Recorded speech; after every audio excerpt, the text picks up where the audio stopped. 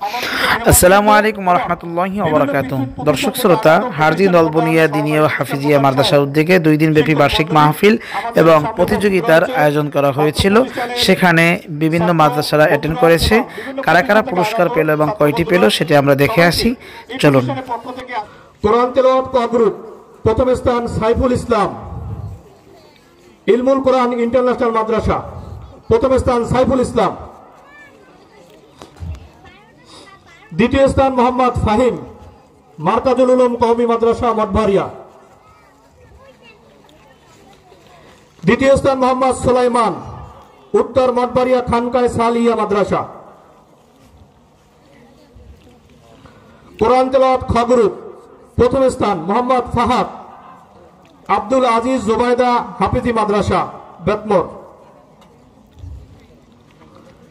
দ্বিতীয় স্থান মোহাম্মদ হাসান, চালিতা বনিয়া দিনিয়া মাদ্রাসা।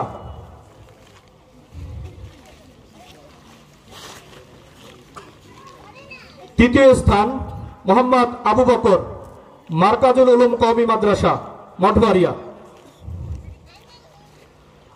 হামনাদ গজল খ গ্রুপ প্রথম স্থান মোহাম্মদ মাহমুদ, চালিতা বনিয়া দিনিয়া মাদ্রাসা। দ্বিতীয় স্থান মোহাম্মদ আবু বকর, মার্কাজুল উলুম কওমি মাদ্রাসা মঠবাড়িয়া। তৃতীয় স্থান মোহাম্মদ সাব্বির, ইলমুল কোরআন ইন্টারন্যাশনাল হাফিজি মাদ্রাসা।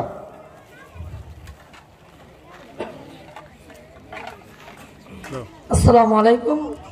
আজকের এই কিরাত ও নাত হামদ রাসূল সাল্লাল্লাহু আলাইহি সাল্লামের অনুষ্ঠানের যারা বিচারক ছিলেন, কিরাতের ছিলেন হাফেজ আল আমিন। তাকে মাদ্রাসার পক্ষ থেকে একটি পুরস্কার।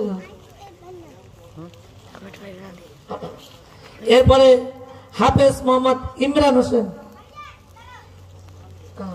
এরপরে হাফেজ মাওলানা মোহাম্মদ নাজমুল মুজাহিদ গাজী। এরপরে আমাদের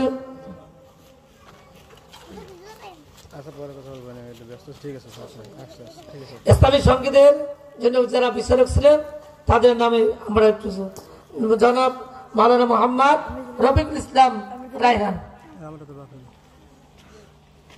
এরপরে মাওলানা মোহাম্মদ শিহাবুদ্দিন সাহেব,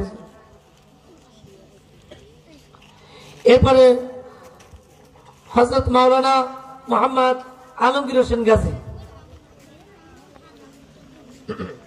এরপরে সর্বশেষে আমাদের সঙ্গে সংযুক্ত হয়েছিলেন জনাব হযরত মাওলানা মোহাম্মদ শাহ আলম।